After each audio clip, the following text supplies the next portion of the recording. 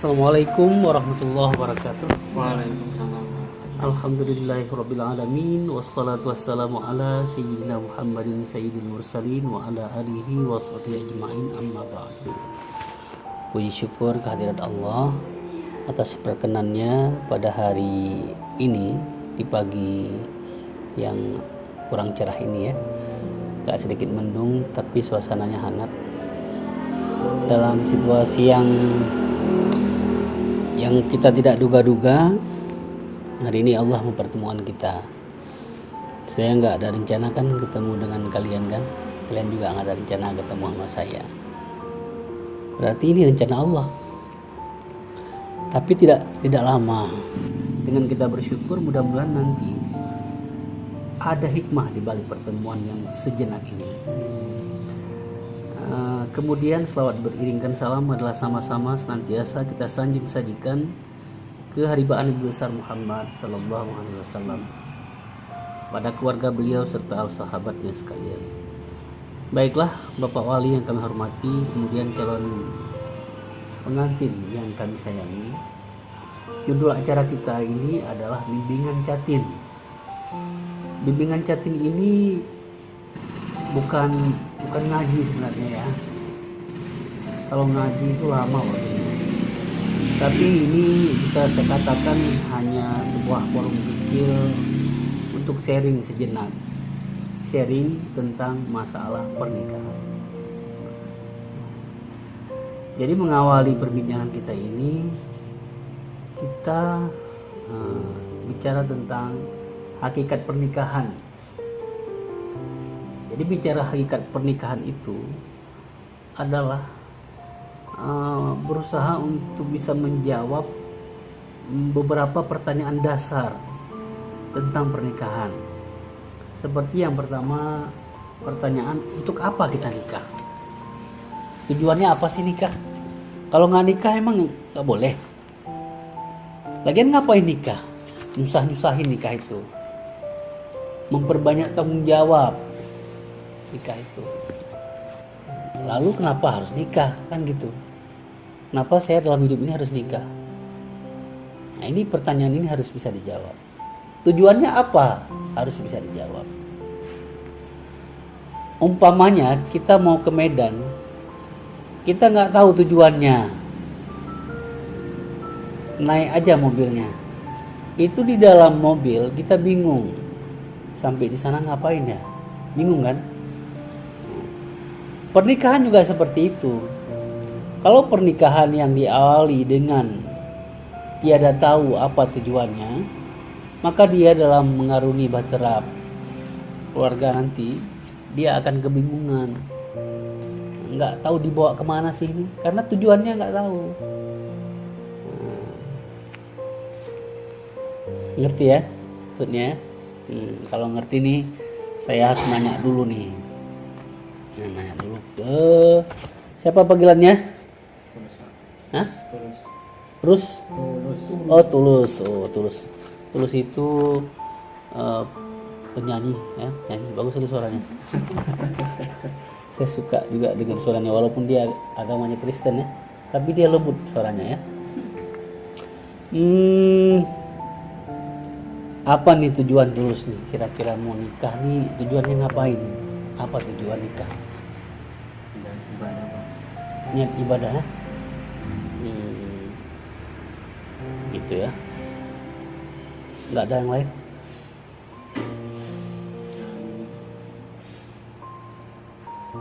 Kalau Sukma apa tujuannya?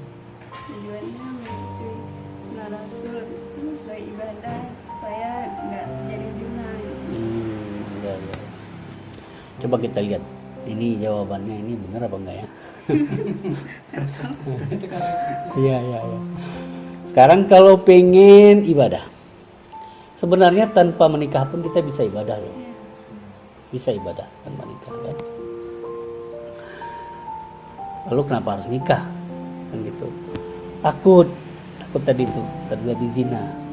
Berarti Sukma dia mengkhawatirkan kalau saya nggak nikah nih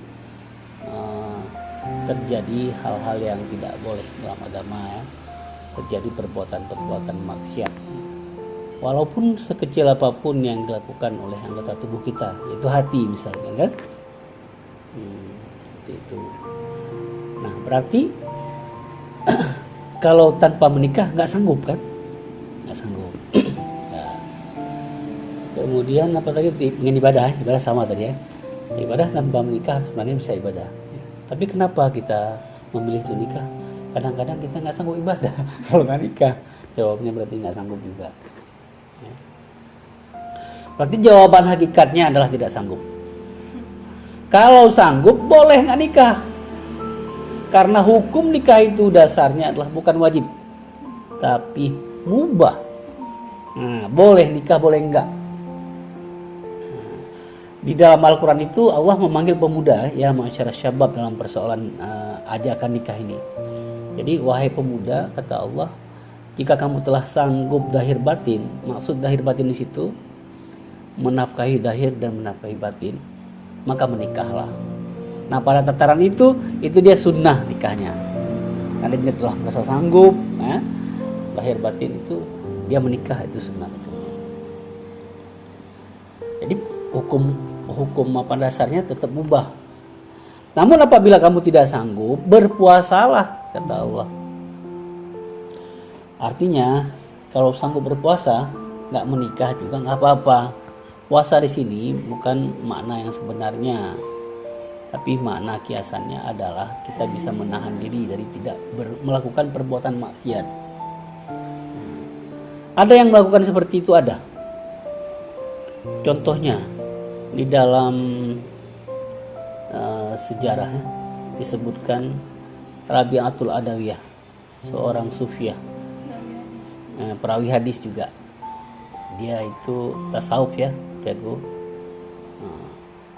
Beliau tidak menikah loh. Ditanyakan kenapa tidak menikah, alasan beliau takut dengan menikah rasa cintanya kepada Allah berbagi. Waduh, luar biasa. Itu manusia yang sudah bisa mencintai Allah tanpa pakai embel-embel. Ya. Imam Bukhari, perawi hadis juga, tidak menikah kabarnya. Imam Nawawi, ulama ilmu fikih, tidak menikah juga. Itu level-level ulama-ulama yang mantap ya. Kita nggak sampai itu. Makanya jawaban yang jujur sebenarnya, kenapa menikah? Saya tidak sanggup. Tidak sanggup. Jawabannya. Ada yang jawab kan? Kenapa menikah? Saya pengen ini melaksanakan sunnah Rasul katanya.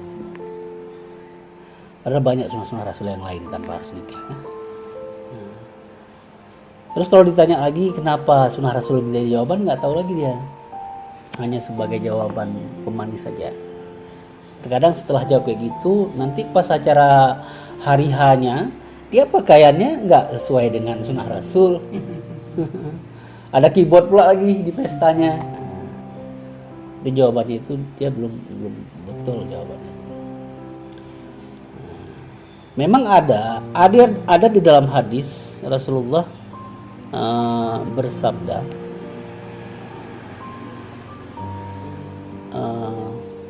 an-nikahu sunnati, faman lam ya'mal bi sunnati falaysa minni, kata Rasul. Nikah itu adalah sunnahku. Barang siapa tidak mengamalkan sunnahku, bukan umatku, kata Nabi. Nah ini kemudian diartikan oleh sebahagian orang, berarti wajib ini nikah, nanti nggak jadi umat Nabi. Kalau diartikan seperti ini berarti bertentangan dengan firman Allah tadi. Biar nggak bertentangan, ditafsirkan hadis ini. Ternyata makna sunnati tersebut adalah aturan-aturanku. Jadi ketika kita maknai, kita tafsirkan, kata Rasul, nikah itu adalah aturan-aturanku. Jadi nikah itu adalah aturan-aturanku. Barang siapa yang menikah kemudian dia tidak mengamalkan aturan-aturanku, maka dia tidak bersamaku di surga nanti. Falaysa minni. Dia bukan umatku nanti. Nah itu bercocok. Jadi kalau bilang-bilang aja ingin ngikutin sunnah Nabi, tapi begitu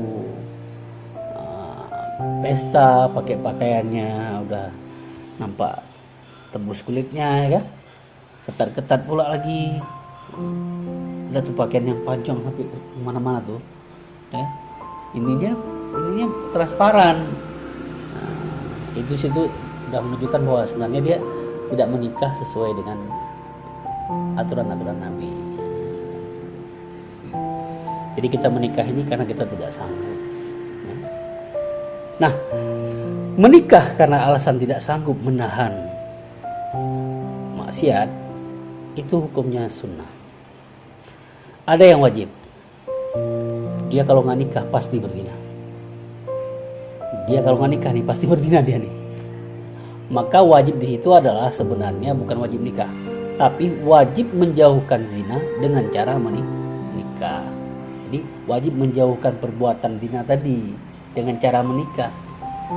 Jadi bukan hukum dasar nikah itu adalah wajib.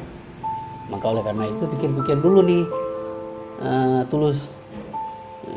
Nyusah-nyusahin aja nanti kalau nikah. Mending sendiri aja. Insya Allah enggak, Pak. Malah lebih ruwet kalau saya larut dalam maksiat terus, ya kan. Gak ada yang ngingetin buat sholat, ya kan. Gak ada tempat saya malu, ya kan. Kalau dulu saya nggak bangun subuh, nggak ada orang, nggak apa-apa. Ini udah ada istri di samping, malu lah. Nah, gitu. Makanya al-haya'u minal iman kan. Malu itu sebagian daripada iman. Kadang-kadang kita kalau nggak nikah nggak malu-malu kita. Tapi kalau udah nikah, udah ada istri, udah ada bapak mertua, ya kan, udah ada ibu mertua, udah ada anak nanti lagi. Nah, jadi dari situ nanti dengan menikah itu kita bisa merubah pola hidup kita. Jadi untuk lebih jelasnya, pengen tahu tujuan menikah adalah kita harus tahu dulu yang pertama tujuan hidup. Nanti kita hubungkan nanti. Tujuan hidup kita, Allah Subhanahu wa taala berfirman dalam surat Al-Baqarah ayat 21. Bismillahirrahmanirrahim. Ya ayuhan nasu u'budu rabbakumul ladzi khalaqakum wal ladzina min qablikum la'allakum tattaqun. Shadaqallahul azim. Wahai manusia, sembahlah Tuhanmu. Tuhan yang mana nih? Tuhan yang telah menciptakan kamu dan menciptakan orang-orang sebelum kamu. La'allakum tattaqun, mudah-mudahan kamu menjadi orang yang bertakwa. Ayat ini memberitahukan kepada kita bahwa tujuan kita hidup adalah menjadi takwa. Namun sebelum kita menjadi takwa, kita harus menyembah sosok Tuhan. Nggak boleh jadi ateisme. Nggak boleh ateisme kita hidup. Nggak boleh, nggak ada bertuhan. Ateisme itu aliran yang tidak percaya tentang ketuhanan. Namun Tuhan yang kita sembah ini adalah Tuhan yang menciptakan kita, bukan kita yang menciptakan Dia. Selain agama Islam, semua agama menjadikan Tuhan yang diciptakan oleh mereka sendiri. Termasuk agama Kristen, di mana mereka menjadikan Yesus sebagai Tuhan. Ya? Bahkan kadang-kadang orang yang sebelum lahir Yesus, dia sudah lahir, dia pun menyembah Yesus. Maka dalam ayat ini cukup menjawab bahwa apa yang dituhankan oleh agama selain Islam itu semuanya salah. Karena mereka menuhankan Tuhan yang mereka ciptakan sendiri. Makanya dalam surat Ali Imran ayat 19 Allah berfirman, Bismillahirrahmanirrahim, Innad dina indallahil Islam. Sesungguhnya agama yang paling mulia di sisi Allah yaitu agama Islam. Kenapa paling mulia? Karena hanya Islamlah yang menuhankan Allah, lain tidak. Udah. Kemudian perlu diperhatikan bahwa kata-kata la'allakum tattaqun itu kan mudah-mudahan. Artinya tidak pasti kita dengan menyembah Allah kita pasti menjadi orang yang takwa, pasti. Lihat dulu cara dia sembah. Sembah pada kata-kata praktisnya, pada prakteknya disebut ibadah. Ibadah itu yang tergambar dalam rukun Islam. Rukun Islam ada berapa? Nah, 5. Di Sukma di kampungnya berapa? Kampung Islam, rukun Islam. 5 juga. Kampung saya juga masih 5. Alhamdulillah. Alhamdulillah.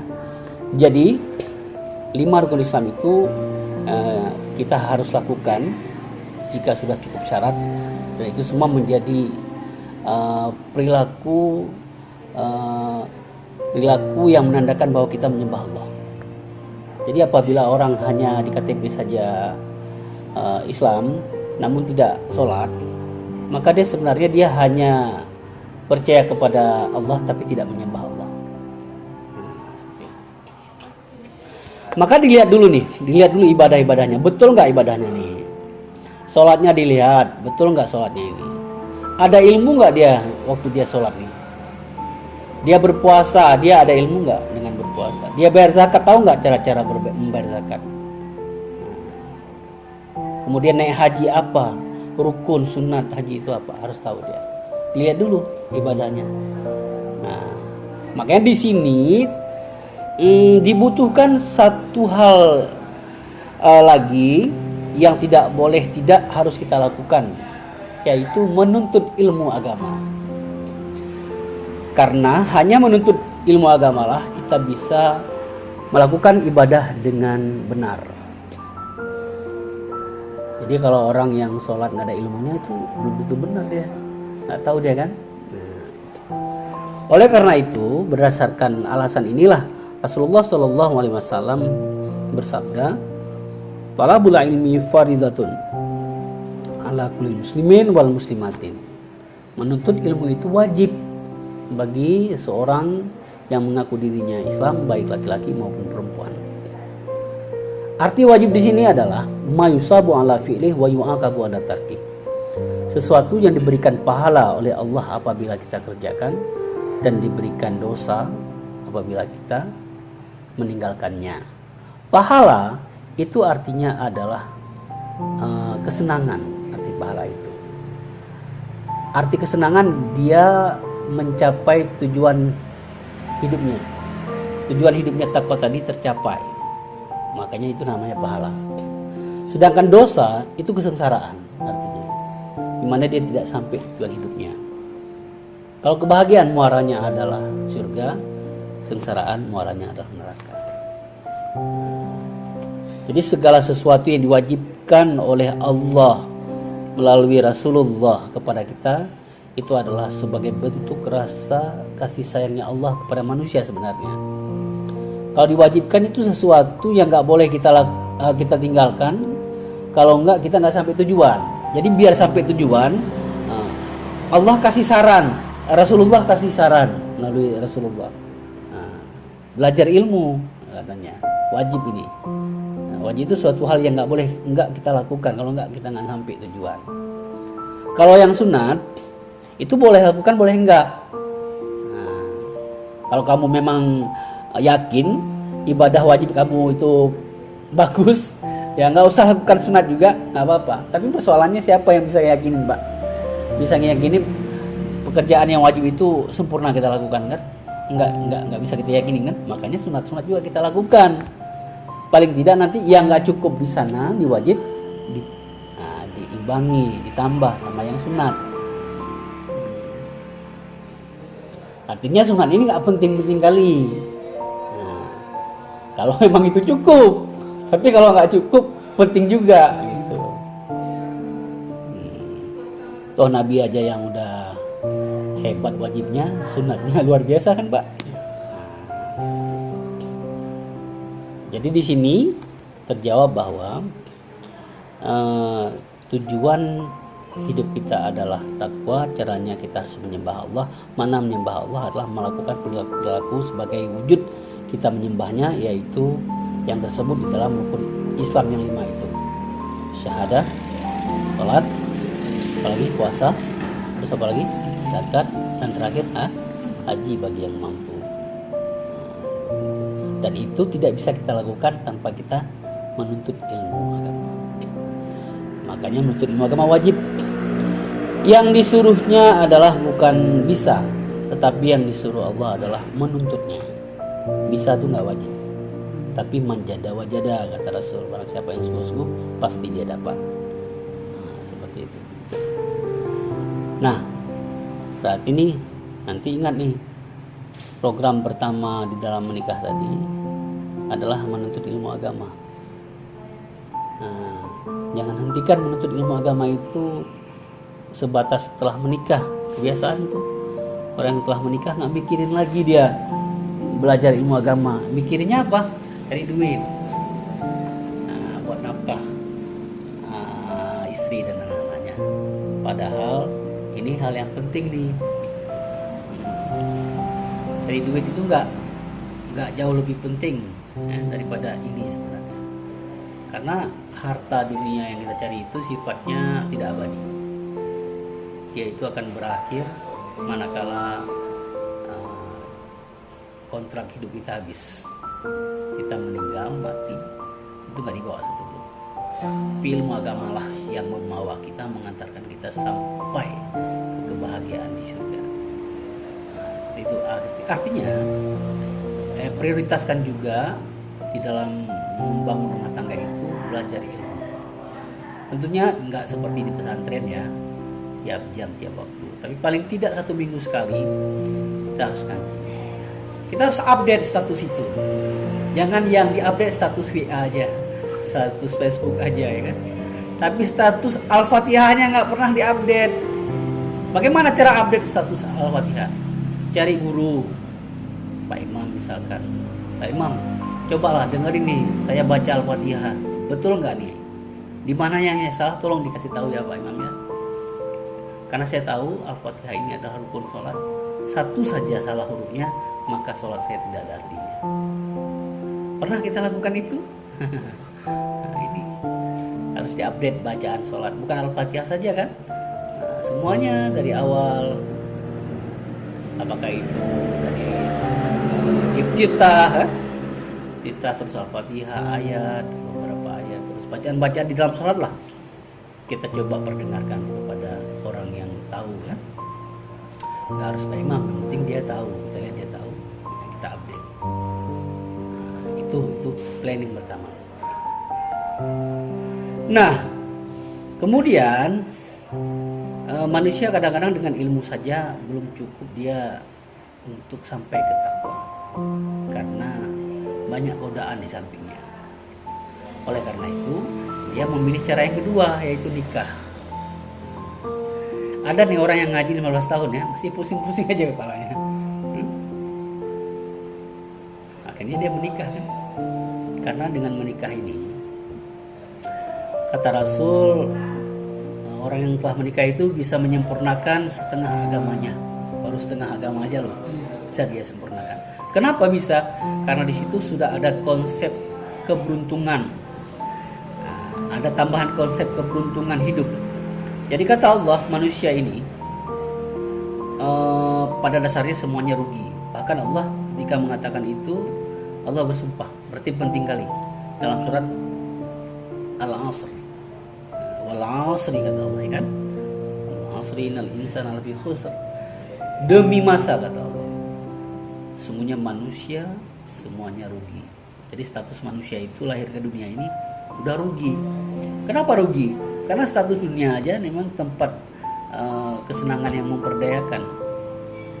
Wa mal hayatad dunya illa mata'ul ghurur. Tidaklah kehidupan dunia ini kecuali kesenangan yang memperdayakan. Makanya begitu lahir rugi, udah lahir ke tempat yang rugi ya manusia. Kecuali ilal ladina amanu, yang beriman, orang-orang yang beriman. Yang pertama. Yang kedua, wa amilus sholihah, orang-orang yang melakukan amal soleh. Yang keempat, saling menasihati tentang kebenaran dan saling menasihati tentang kesabaran. Beriman kita sudah beriman, beramal soleh kita sering beramal soleh, melakukan sholat, puasa. Nah, saling menasihati ini lebih konsen kalau kita sudah menikah. Sudah ada yang ngingetin kalau lupa. Misalkan tulus lupa, Sukma ingetin. Tapi ingat, jangan ingetin pakai ember yang ada airnya. Jangan kasar-kasar ingetinnya. Cari cara yang lembut tapi kena itu. Misalkan contohnya nih ya, kamu nyanyiin lagu Bila Israel.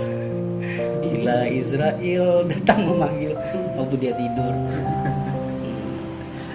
Itu manusia, kami laki ini kalau dengar lagu itu belum juga bangun, kami imannya nggak ada itu. Malaikat, percaya kepada malaikat itu rukun iman yang kedua ya.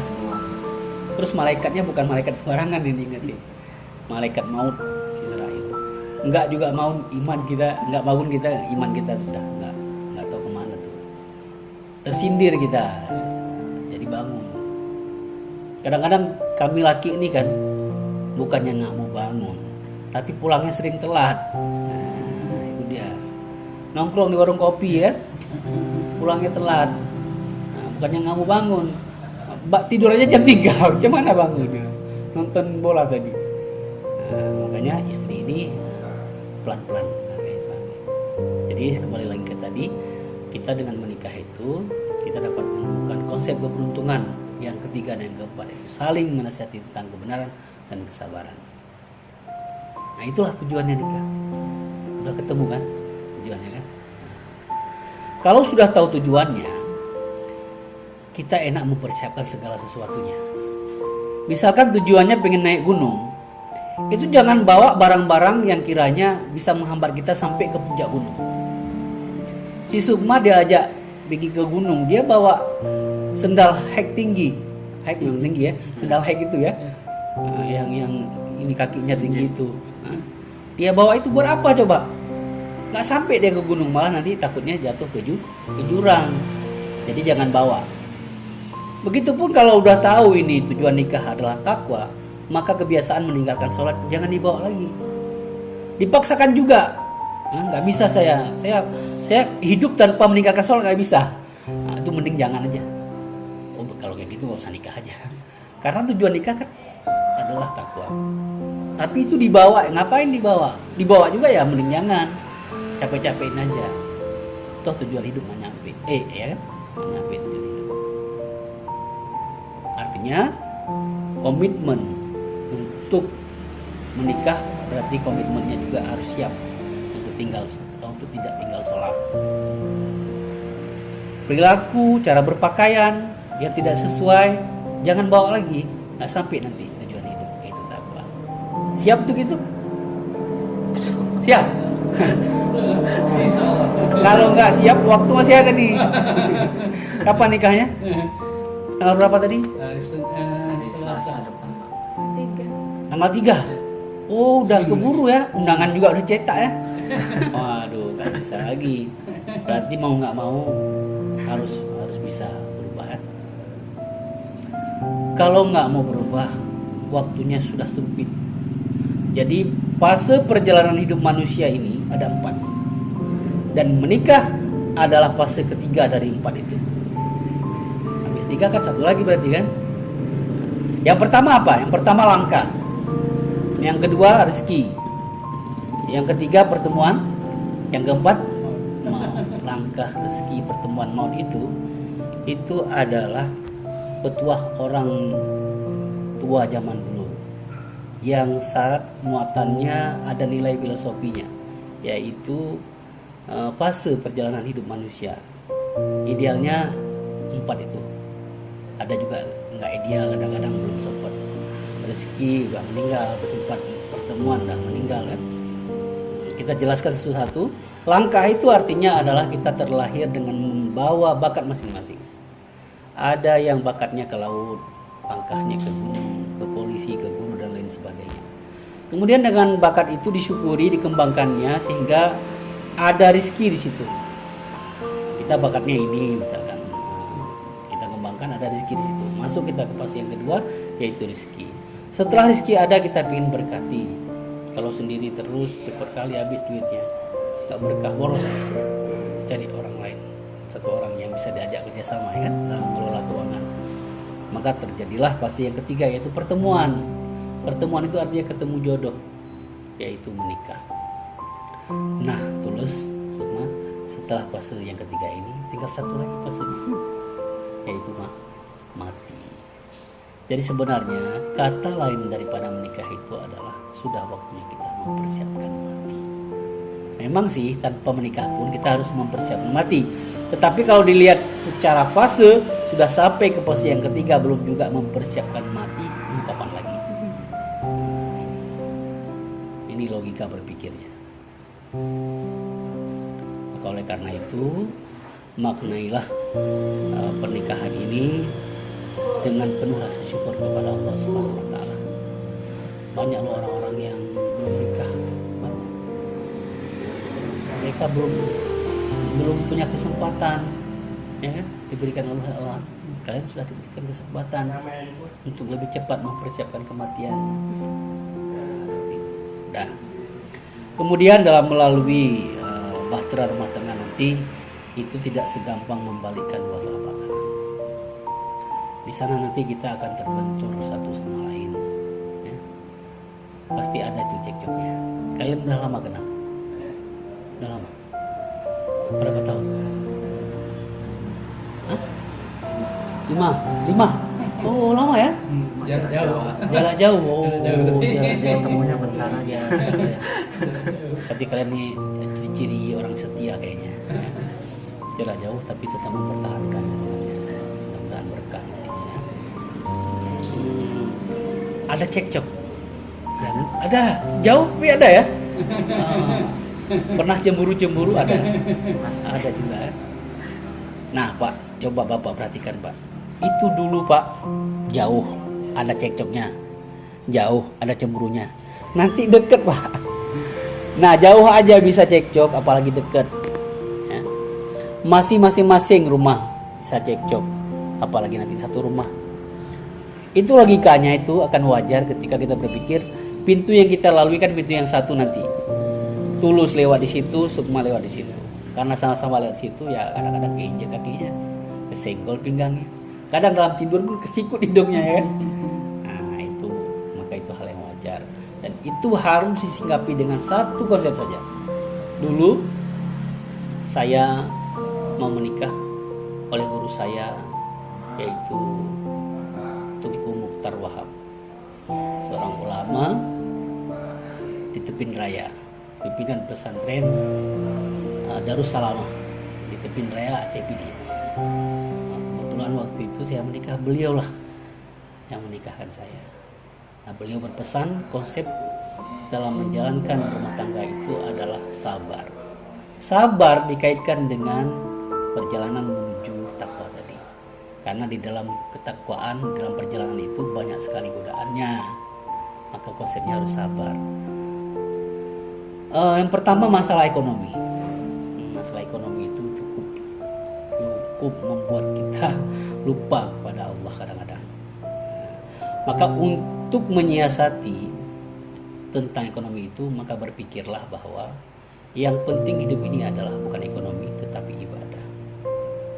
Ibadah juga butuh ekonomi, tetapi ekonomi yang tidak ngotot. Maksudnya gini, asal kita sudah bisa membeli pakaian yang bisa menutupi aurat, asal kita sudah bisa makan, dengan makan itu kita bisa ibadah. Asal kita bisa belajar ilmu, yang dengan ilmu itu kita bisa sempurnakan ibadah kita, sudah cukup. Selebihnya kita lihat kebutuhannya. Contohnya, kalau sekarang kalian berdua masih punya sepeda, ya, belum punya kereta, kemana-mana masih enak. Diajak Tulus Sukma ke Kuala Simpang naik sepeda, masih belum capek. Kenapa? Karena masih ada nuansa romantisnya berdua.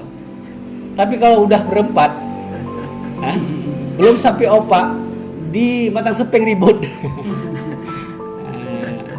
Itu artinya seorang kepala rumah tangga sudah harus berpikir nih kebutuhannya nih nggak cukup lagi sepeda nih, ya kan? Maka pada saat itu kita berusaha untuk mencari kereta paling tidak. Sudah punya kereta, aduh, pingin pulang kampung, rame-rame, orang tua kita naikin L300, nahan kencing nggak berani bilang, ya kan? Anak-anak juga kadang-kadang muntah kan segala macam. Wah, enak-enaknya mobil nih. Nah, itu kebutuhan, itu boleh, tapi jangan ngotot. Istri ingat tuh sebagai pengontrol suami, jangan sampai suami jadi ninja sawit. Gitu. Jadi maling di kantor, korupsi, ya kan, segala macam gitu. Jadi dalam Islam itu tidak juga melarang umatnya untuk kaya, ya. Dianjurkan juga, tapi ingat tujuan kaya itu buat apa? Oh, saya pengen tujuan kaya biar saya bisa berbagi, biar saya bisa bantu, terutama orang tua, adik-adik saya, sekitar saya, keluarga saya, bisa kayak gitu. Nah, Kalau udah ngotot itu sifatnya udah ria. Udah ria, pengen pamer. Pengen dianggap orang hebat. Nah, itu. Pengen dihargai gitu kan. Nah, itu ngotot namanya. Islam ngotot. Jadi cara berpikir kita masalah ekonomi itu seperti itu. Jadi tidak ada punya beban ya. Kemudian satu lagi, konsepnya satu adalah sabar. Namun sabar itu ada pupuknya, yaitu pengertian.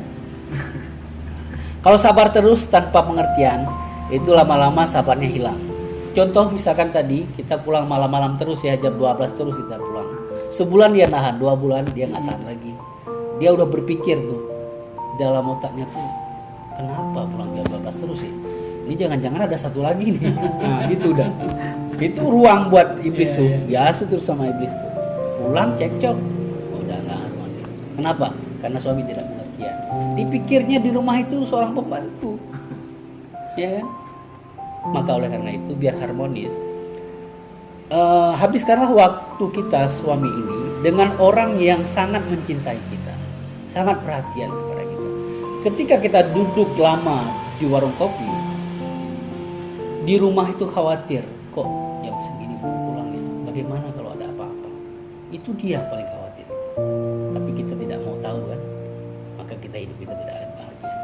Tapi manakala kita menghabiskan waktu selain bekerja, maka habiskanlah waktu dengan orang yang sangat mengkhawatir kita, mencintai kita, yaitu istri kita. Nah, itu akan harmonis seperti itu. Nah, ya. Ngapain ngabisin waktu sama orang yang belum peduli sama kita, coba? Sama orang tua kita. Orang tua kita itu abadi sifatnya menyayangi kita tuh. Biarkan kita jauh. Kita jauh. Makin kita jauh makin dekat di hatinya. Makanya orang yang seperti itu harus kita deketin. Jangan lama-lama ngunjungin orang tua. Sebulan sekali itu lama itu. Kalau deket ya. Nah, kalau jauh bisalah sebulan sekali. Tapi kalau deket paling tidak seminggu sekali. Itu orang tua. Makanya berkah kan? Makanya berkah hidupnya. Orang tua senang hatinya. Karena dia tahu kita sayang sama dia. Kalau kita kadang-kadang dia sedih. Sedih kenapa orang yang dia sayangi kok nggak datang-datang. Kan gitu. Simpel saja cara berpikirnya. Makanya nanti dalam keluarga itu harus dilakukan. Habiskan waktu sama orang-orang yang benar-benar mencintai kita. Siapa? Istri kita, orang tua kita. Habiskan waktu ke situ. Apalagi ngabisin duit ke situ. Wah, luar biasa lagi tuh. Nah, iya. Itu timbal baliknya seperti itu. Allah ngelihat. Jadi manusia ini kan khairun nas yanfa'un nas. Sebaik-baik manusia adalah manusia yang bermanfaat bagi orang lain. Kan? Sekarang yang kita beri manfaat adalah orang yang memang layak diberikan manfaat karena dia sayang sama kita. Maka kita menjadi orang yang terbaik mata Allah. Makna baik ini apa sih? Kita hidupnya akan bahagia. Bukan dilihat orang baik, hebat kita baik, kan gitu. Hidup kita akan bahagia nanti. Itu makna baik. Tenang hidup kita. Sudah selesai ya. Berarti tadi konsepnya satu sabar, pupuknya adalah pengertian. Lagian kan pengertian ini kalau kita nggak pengertian ini bisa-bisa kita keluar daripada rukun iman yang ke-6. Nah, kayaknya belum pernah dengar ya. Nggak pengertian keluar daripada rukun Islam yang ke-6. Rukun Islam yang ke-6 apa?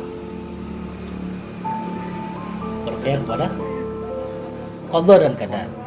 Nah, qada itu artinya adalah ketentuan. Kadar berapa ketentuan itu? Tanggal berapa tadi? 3 ya. Insya Allah nanti tanggal 3 Allah akan mengqada, mentakdirkan Tulus menjadi pasangan hidupnya Sukma. Nah, Sukma harus tahu juga kadar dia. Berapa penghasilan dia? Untuk apa? Supaya nanti pas mau lebaran ajak kau kalah simpang minta beli baju, jangan minta beli baju yang level Syahrini. Nah, gitu. Rengek-rengek nggak mau, pokoknya harus beli yang ini. Itu sebenarnya kita sudah keluar dari rukun iman yang ke-6. Kalau bahasa Indonesianya nggak tahu diuntung. Nah, itu dia. Nah, tanpa kita sadari ya, Bukan hanya baju, kadang-kadang HP segala macam lah. Nggak ngelihat posisi suami. Nah, percaya kepada qada tapi kadarnya nggak percaya. Nah, ya gitu. Tetapi dalam persoalan pengertian ini, suami juga harus jeli sama mata istri kita. Ini Sukma ngelihatnya yang bagus-bagus tapi minta beli yang murah. Nah, kenapa harus jeli? Supaya nanti di dalam hati kita itu berdoa, ya Allah, mudah-mudahan saya bisa beli, sewaktu-waktu saya bisa beli apa yang dilihat dia. Nah, itu menjadi doa kan bagi Allah. Jika kita tulus berdoa, jangankan 1 sehari ini, 1000 sehari ini bisa dibeli ya. Nah, seperti itu. Itulah namanya pengertian. Pengertian itu adalah sesuatu yang kita tahu tanpa harus diberitahu. Capek kerja tulus, siang bolong kayak gini, terik. Pas pulang ke rumah, di atas meja sudah ada teh dingin 1 gelas. Waduh, senangnya minta ampun. Itu bagi kami cowok nih, suami, kalau kayak gitu kejadiannya, itu ibarat pucuk dicinta ulang tiba. Itu kami nggak ingat warung kalau habis kerja, ke rumah langsung ingat. Di sana itu sejuk kali ada teh manis. Ini enggak, begitu pulang ke rumah, Bang coba lihat, bagus ya Bang, bagus ya. Udah itu ditunjukin sama dia. Tadinya panas makin panas kan. Nggak ingat ke rumah habis kerja. Mending baru kopi dulu lah. Nasu dulu, dingin-dingin dulu. Daripada ke rumah nanti tambah panas. Nah itu. Jadi pengertian itu adalah sesuatu yang kita tahu tanpa harus diberitahu, dan itu harus dibangun. Di dalam Al-Quran, Allah membahasakan pengertian ini kepada suami istri dengan firman-Nya, ar-rijalu qawwamuna 'alan nisa. Laki-laki itu di atas wanita. Artinya laki-laki itu pelindungnya wanita. Seperti itu. Jadi pengertian buat istri atas ayat ini adalah, walau bagaimanapun besarnya pangkat istri dibandingkan suami, walau bagaimanapun banyaknya gaji istri dibandingkan suami, namun suami tetaplah di atas dia. Jangan suruh cuci piring sama suami ya. Ini suami kadang-kadang nggak mau cuci piring, nggak dapat rokok sebungkus, dicuci juga sama dia, tapi hatinya nggak ideal lagi. Aduh. Datang membantu si Inem, Pak, saya aja yang cuci Pak. Oh iya ini nih. Saban hari seperti itu. Akhirnya suami mikir, kayaknya lebih pengertian si Inem nih sama istri gitu. Nah, pada akhirnya selingkuh sama si Inem. Nah, kayak gitu. Ada kejadian kayak gitu. Ada. Nah, begitu juga sebaliknya dengan ayat ini, suami harus ngerti bahwa di atas maksudnya bukan berarti dia itu semena-mena.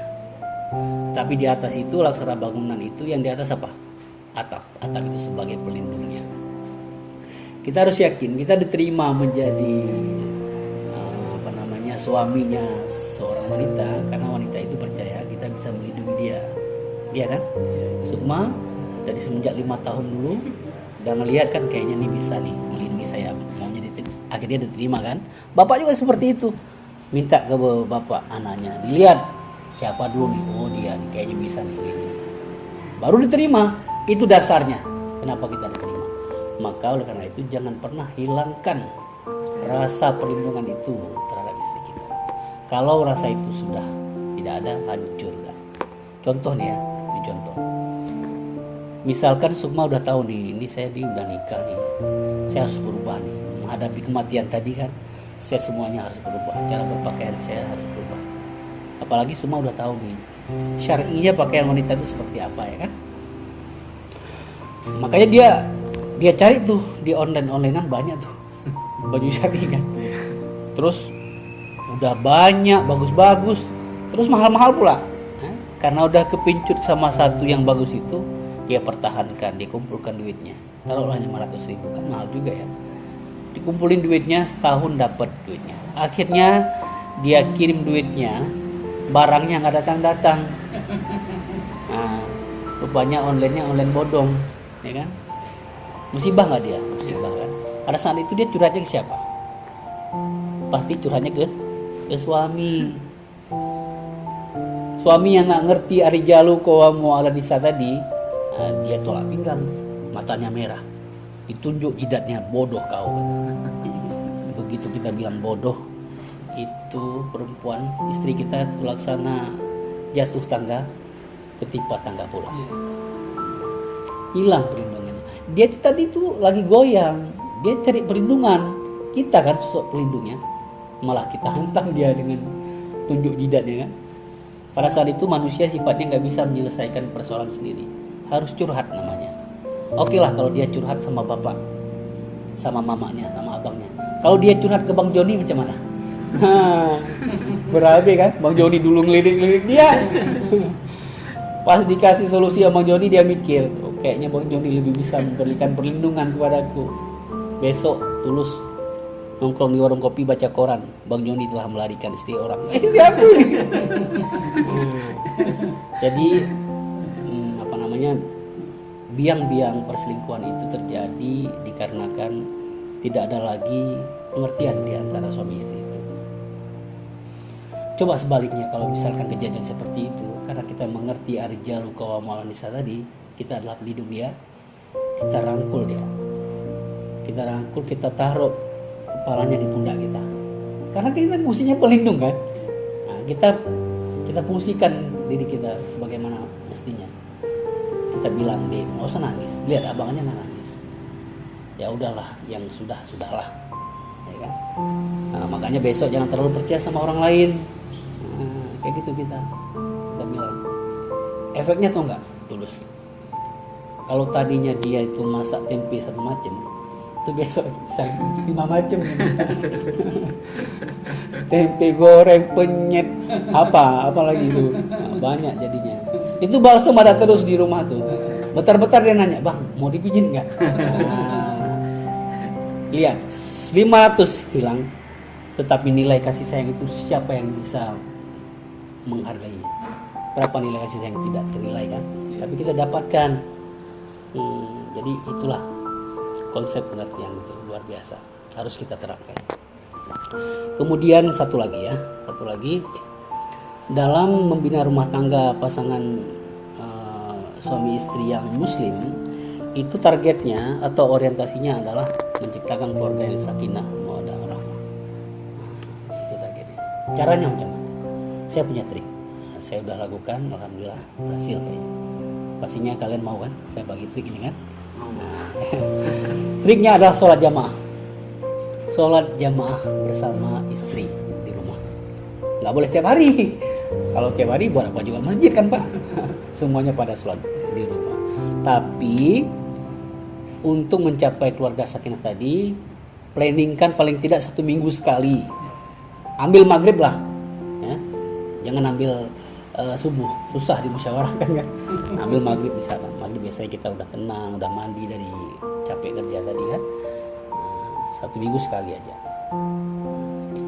Jadi kenapa sholat jamaah bisa menciptakan keluarga sakinah? Logika berpikirnya adalah seperti ini. Intinya adalah yang pertama pada dosa. Jadi dosa ini adalah standarisasi manusia itu senang dan bahagia di dunia ini. Kalau dia nggak ada dosa, segitulah senangnya. Kalau dia ada dosanya sedikit, berarti masalahnya sedikit dia. Kalau dosanya banyak, masalahnya banyak.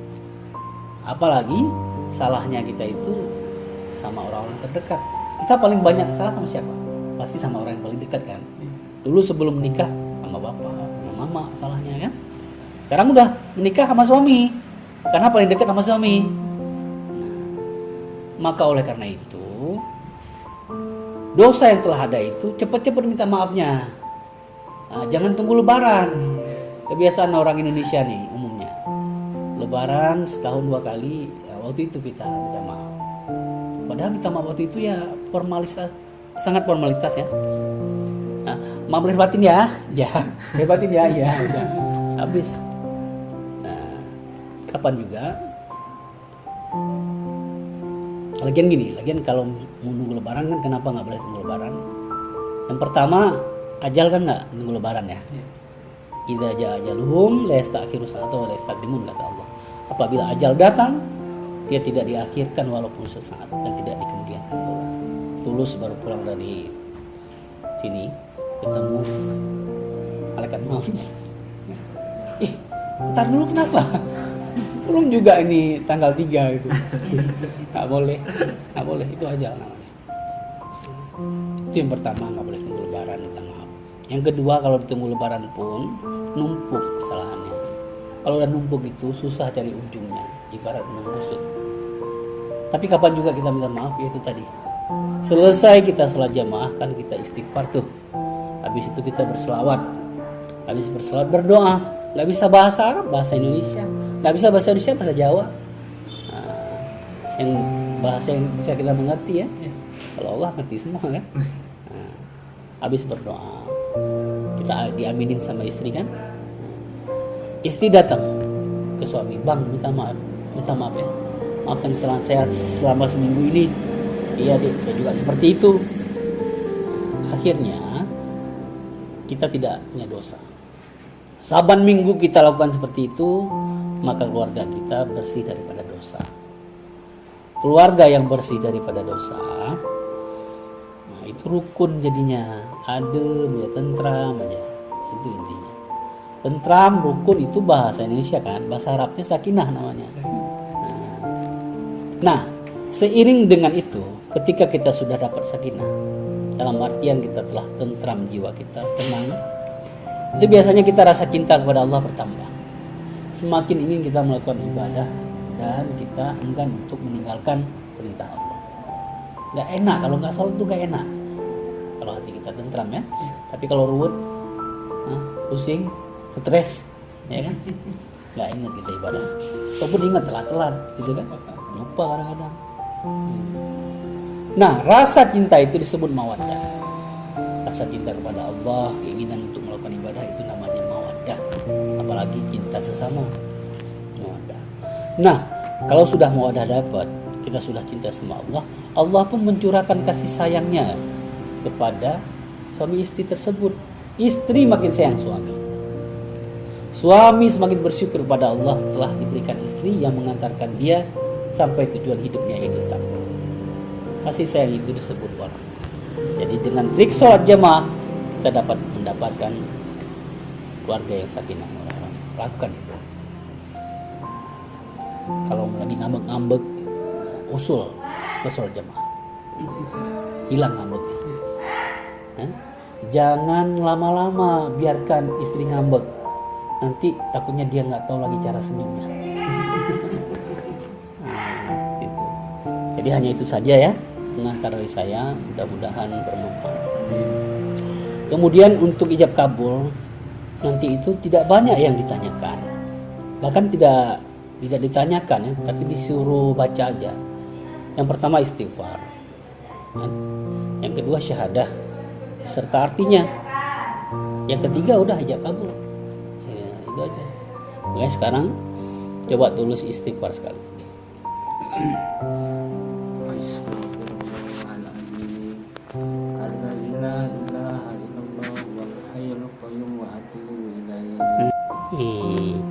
Jadi di dalam kita bersyahadah, ini saya terangkan sedikit ya. Itu udah betul tadi syahadahnya. Artinya sudah betul juga, tapi kurang sedikit. Tapi takutnya sedikit ini bahaya nih. Tadi kan tulus artinya bilang saya bersaksi tiada Tuhan melainkan Allah, kan gitu ya. Ada yang dilupakan adalah kata bahwa. Bahwa ini di dalam bahasa Arabnya tadi asyhadu an itu artinya bahwa. Memang sih kalau bahasa Indonesia redaksi bacaan itu adalah dapat dimengerti itu sebuah kesaksian atas ketuhanannya Allah. Kalau bahasa Indonesia ya, saya bersaksi tiada Tuhan melainkan Allah. Berarti dia tahu kita kan. Tapi persoalannya adalah ketika kita menerjemahkan bahasa Arab itu tidak boleh ada satu kata yang lupa kita artikan. Kenapa? Karena di dalam bahasa Arab itu satu huruf saja banyak faedahnya. Seperti yang dilupakan tadi adalah an ya. An itu huruf taukid. Arti huruf taukid adalah huruf yang menguatkan redaksi bacaan itu, yang apabila dia tidak ada tidak kuat bacaan itu. Bacaan itu apa? Bacaan itu adalah syahadah. Enggak dipakai, enggak kuat syahadahnya. Enggak kuat syahadah, batal syahadahnya. Batal syahadah, kurang rukun Islam satu. Yang pertama. Kalau satu saja rukun Islam kurang, Islamnya tidak sah. Kita nikah ke sini secara apa? Islam. Loh, gimana nih? orang Islamnya nggak sah kok nikah secara Islam, takutnya nikah juga tidak sah di mata Allah. Ini persoalannya sedikit ya, tapi bisa besar akibatnya. Ini bisa di-share ke yang lain ya. Jadi sebaiknya pada pemaknanya kita pakai kata paling sedikit bahwa, ada lagi bahwasanya, ada lagi bahwa sesungguhnya, kan ada. Jadi tambahkan saja paling tidak bahwa. Saya bersaksi bahwa tiada Tuhan melainkan Allah, dan saya bersaksi bahwa Nabi Muhammad itu utusan Allah. Itu sudah cukup, berarti menunjukkan ada pemaknaan terhadap an tadi. Coba diulang ininya apa maknanya. Aku bersaksi bahwa tiada Tuhan selain Allah, dan aku bersaksi bahwa Nabi Muhammad adalah utusan Allah. Betul. Kalau bahasa Aceh kebit-kebit Pak. Jadi kata itu penuh makna Pak. Kita benar-benar menjadikan diri kita itu seorang manusia yang bersaksi atas ketuhanannya Allah. Jadi bukan nggak benar-benar, benar-benar gitu. Dan itu harus diucapkan. Ya. Bapak juga istighfar sekali sama syahadah sekali beserta artinya. Coba Pak istighfar sekali.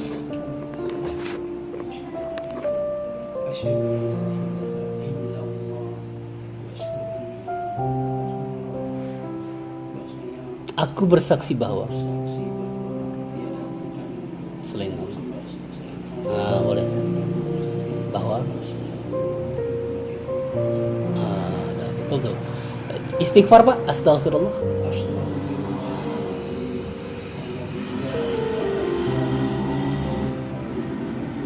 Ya. Bapak kelihatan kali Pak sungguh-sungguhnya Pak. Padahal ini belum nih Pak.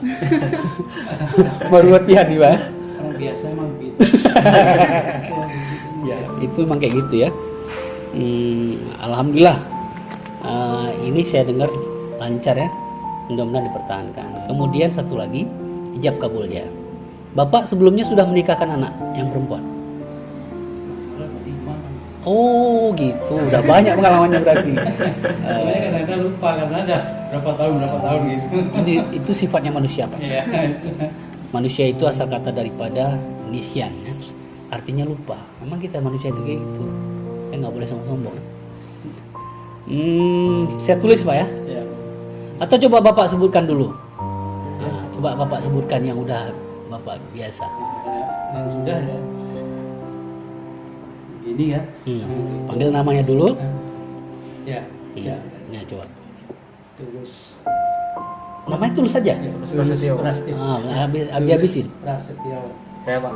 Saya nikahkan Sukmawati anak saya mas kawinnya 2 mas tunai. Nah, itu udah betul loh Pak. Tinggal sikit-sikit aja tadi ada jangan di lama. Coba Bapak konsentrasi sekali lagi Bapak. Nggak usah buru-buru. Jangan jangan diikutin nafasnya. Biar nafas ikutin kita. Saya Pak. Saya nikahkan Sukmawati anak saya. Di situ tambah anak kandung saya sedikit. Pakai nama. Tulus Prasetyo. Saya Pak. Saya nikahkan anak saya Sukmawati anak kandung saya mas kawinnya 5 mas tunai. Sekali lagi Pak. Jadi Bapak anaknya 2 kali. Anak saya sekali, anak kandung saya sekali. Enak kali dia 2 orang. Tulus Prasetyo. Saya Pak. Saya nikahkan anak saya. Anak kandung saya Pak. Saya nikahkan anak kandung saya. Tulus Prasetyo. Saya Pak. Saya nikahkan Namanya dulu. Tulus Prasetyo. Saya Pak. Saya nikahkan anak kandung saya Sukmawati mas kawinnya 5 mas tunai. Saya terima nikah anak kandung Bapak yang bernama Sukmawati binti Supartono untuk saya dengan mas kawin 5 mas dibayar tunai. Ya boleh juga sih, panjang kali ya. Tadi imamnya gitu Pak. Iya. Terima. Saya kasih singkat ya. Saya tulis ya. Yang jelas. Dalamannya. Jadi untuk Bapak dulu nih ya. Pertama panggil dulu nama Tulus. Tulus Prasetyo ya. Iya. Tio. Oh. Tulus Prasetyo. Jawab tadi. Saya nikahkan.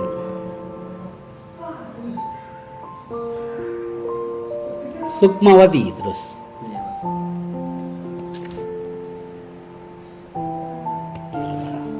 Baru di sini anak kandung saya.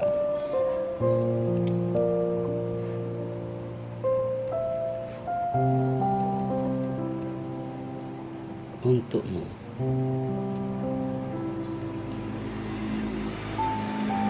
Maharnya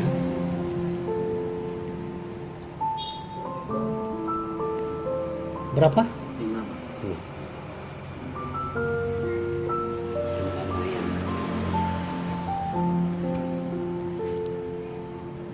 Emas tunai. Nah ini bapak-bapak. Ini buat urus.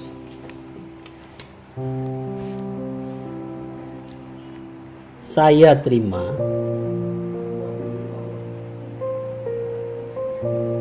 nikah Sukmawati.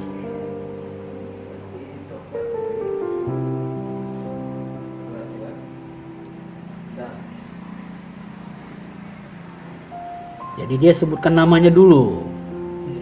Anak kandung bapak untuk saya.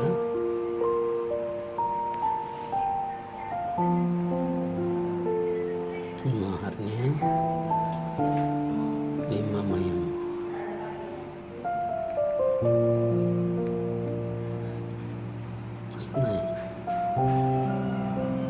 Nah.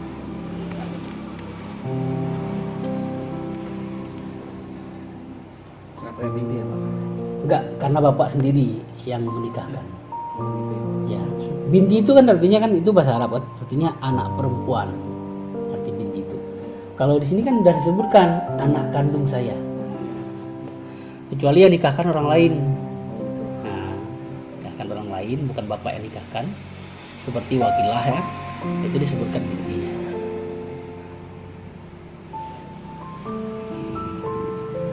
Coba kita tes sekali lagi Pak ya.